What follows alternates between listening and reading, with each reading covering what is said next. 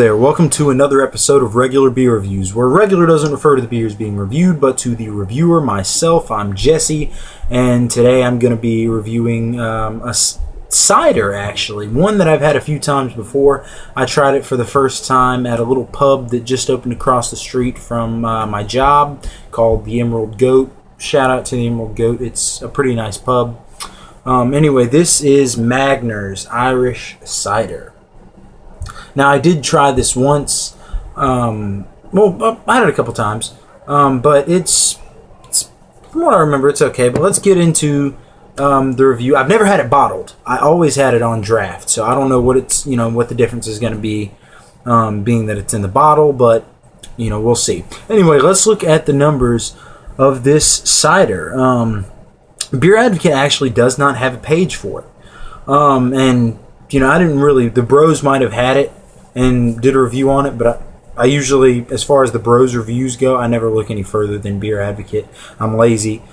So I don't know what Beer Advocate or the bros think of this cider.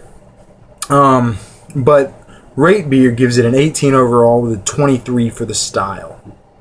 It has an ABV of 4.5%, a year-round availability. The style is obviously a cider. And here's a quick descript. It says on Rate Beer, commercial cider made with a controlled yeast, then pasteurized and artificially carbonated. Sold as Bulmers in Ireland and as Magners in the rest of the world for legal reasons. Now, that's not a very good description. Doesn't make me really want to go out and try this. But as far as the cider goes, I've had it.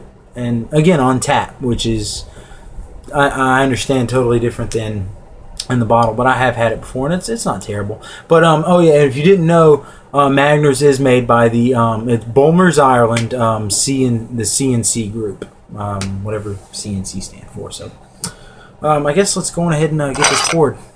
Now, no, I have not done a review in quite some time. The last review that I did was early February, I think.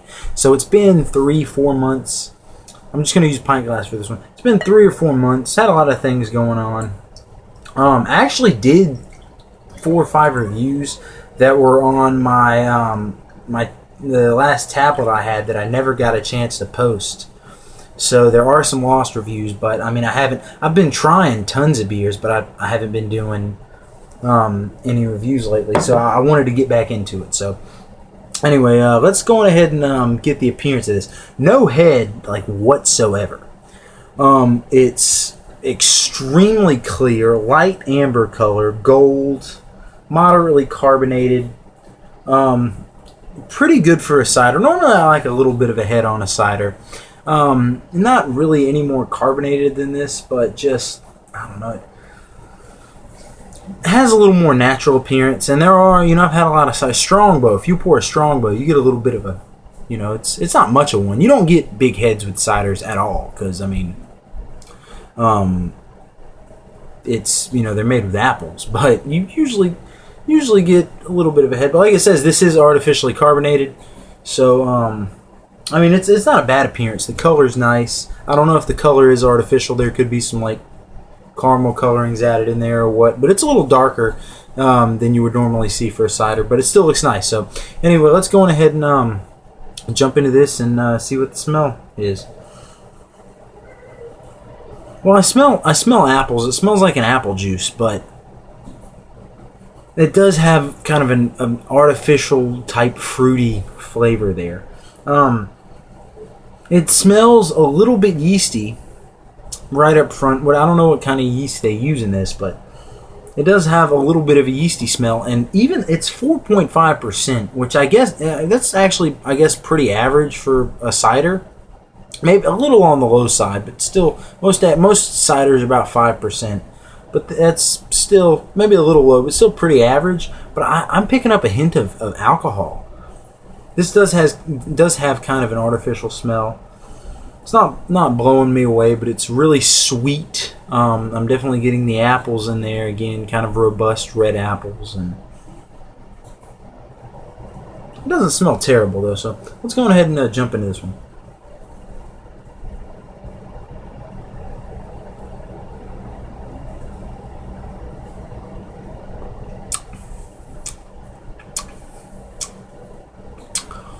I gotta say, I do like that because even though it is sweeter on the front of the, it's on the front of the tongue, it's a little sweeter, like Angry Orchard or Woodchuck or something like that would be a little sweeter. On the back of the palate, it does have that nice dry kind of, it's a dry, almost white wine like thing that you get in like Strongbow or Crispin's, kind of dry. That personally I find more enjoyable in ciders, but I think there is a nice balance there between the two. That being said, the sweetness from the apples does taste more artificial. This tastes almost like juice from concentrate or something. It kind of does taste artificial. The carbonation is actually, even though it only looks moderately, I mean, it's hard to, glass is kind of fogging up there, even though it only looks moderately carbonated, it's really carbonated on the mouthfeel. Like when I go to take a sip, it just fizzes up in my mouth like seltzer water or something. And it's really, really, really carbonated on the mouthfeel. And for a cider, that's to me is that's unappealing. But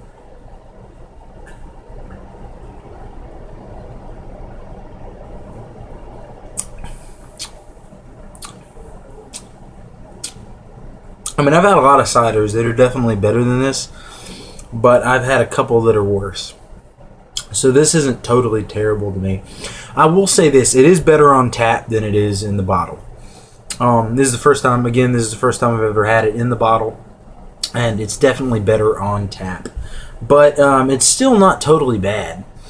I would say if you see Magners, in the store or something, I would say, if it's on sale or something, you can get it for a good price. Go ahead and pick up a 6-pack or whatever.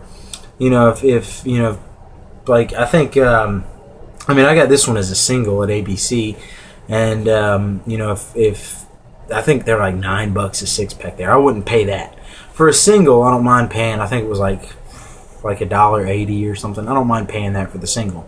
But if you're in a bar, though, I mean, you're going to be paying higher prices anyway. You're going to pay the same for this as you would like a domestic draft or something like that. If you see it on tap, especially, it's way better on tap. I mean, it's not amazing by any means, but it's still better than it is in the bottle on tap. You're going to be paying roughly maybe a little more than well, not a domestic draft, but just a draft of anything. I mean, if they have Heineken on tap, it's going to be the same price as that. And Heineken is pretty much shit. And for a cider, it's not that great, but I mean, it's kind of a girly drink, but it's not terrible. I mean, anyway, I'm rambling on a bit. It's not terrible. I would say if you can get it for a deal, pick it up. If you're in a bar and you see it on tap, try one. It's better on tap anyway, and it's okay for what it is. I'm gonna give this I'm gonna give it a 7 out of 10. That's average. I feel like that's a pretty good score for this. Being as I'm having it out of the bottle now. I mean, it's not as good. Again, it's better on tap, but anyway, it's not terrible for a cider. I'm not a huge cider fan in the first place, but this is okay. Definitely the first Irish cider that I've ever had.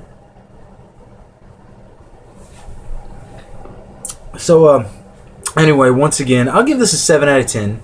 That's a C. That's an average. It's not blowing my mind by any means, but it's not terrible either. So anyway, thanks for watching again, and keep watching. I am going to be doing more reviews. I know this is the first review I've done in quite a while, but I am going to be doing more reviews in the future. So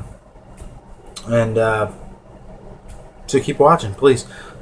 Thank you for watching, and keep watching for more. Prost.